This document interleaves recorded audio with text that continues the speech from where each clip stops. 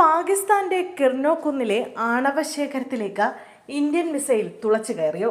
ചോദ്യത്തിന് മറുപടിയുമായി സൈന്യം. പാകിസ്ഥാന്റെ ആണവ കേന്ദ്രങ്ങളെ ഇന്ത്യൻ സൈന്യം ലക്ഷ്യമിട്ടിരുന്നോ എന്നും ആക്രമണം നടത്തിയോ എന്നുമുള്ള ചോദ്യത്തിന് വാർത്താ സമ്മേളനത്തിൽ മറുപടി നൽകി സൈനിക ഉദ്യോഗസ്ഥർ.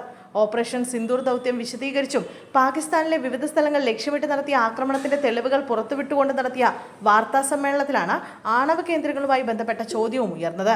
പാകിസ്ഥാന്റെ ആണവായുധ സ്റ്റോറേജ് കേന്ദ്രം എവിടെയാണെന്ന് ഇന്ത്യൻ സൈന്യമല്ല പറയേണ്ടതെന്നും അത് അറിയില്ല എന്നുമായിരുന്നു സൈന്യത്തിന്റെ മറുപടി. പാകിസ്ഥാനിലെ കിരാന ഹിൽസിലെ പാകിസ്ഥാന്റെ ആണവ കേന്ദ്രത്തിൽ ആക്രമണം നടത്തിയെന്ന അഭ്യൂഹങ്ങളാണ് ഇതോടെ ഇന്ത്യൻ സൈന്യം തള്ളിയത്.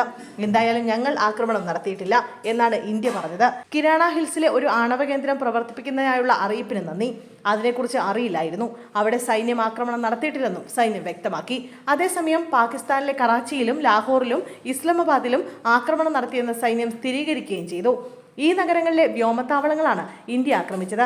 Air marshal AK Bharati, director general of military operations lieutenant general Rajiv Ghai, navy operations director general AN Pramod, major general SS Sharda, ADG strategic communication എന്നിവരാണ് വാർത്താ സമ്മേളനത്തിൽ പങ്കെടുത്തത്.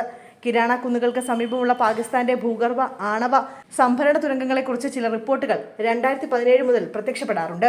ഏകദേശം 68 ചതുരശ്ര കിലോമീറ്റർ വിസ്തൃതിയുള്ള ഈ സ്ഥലത്ത് ഉറപ്പുള്ള തുരങ്കങ്ങളും നിരവധി രഹസ്യ പ്രവേശന പോയിന്റുകളുമുണ്ട്. ഇവയിൽ ആണവ പോർമുനകൾ സൂക്ഷിക്കുന്നുണ്ടെന്ന് പണ്ടേ വിശ്വസിക്കപ്പെടുന്നു. ഇന്ത്യ ആക്രമിച്ച സർഗോദ വ്യോമത്താവളത്തിന് വെറും 8 കിലോമീറ്റർ തെക്ക് കിഴക്കായാണ് കിരാന കുന്നുകൾ. സർഗോദയിലേക്ക് തുറക്കുന്ന എന്തെങ്കിലും നിർണായക സംവിധാനത്തിന് ആക്രമണത്തിൽ തകർച്ച സംഭവിക്കാമെന്ന അഭ്യൂഹമാണ് പ്രചരിച്ചത്.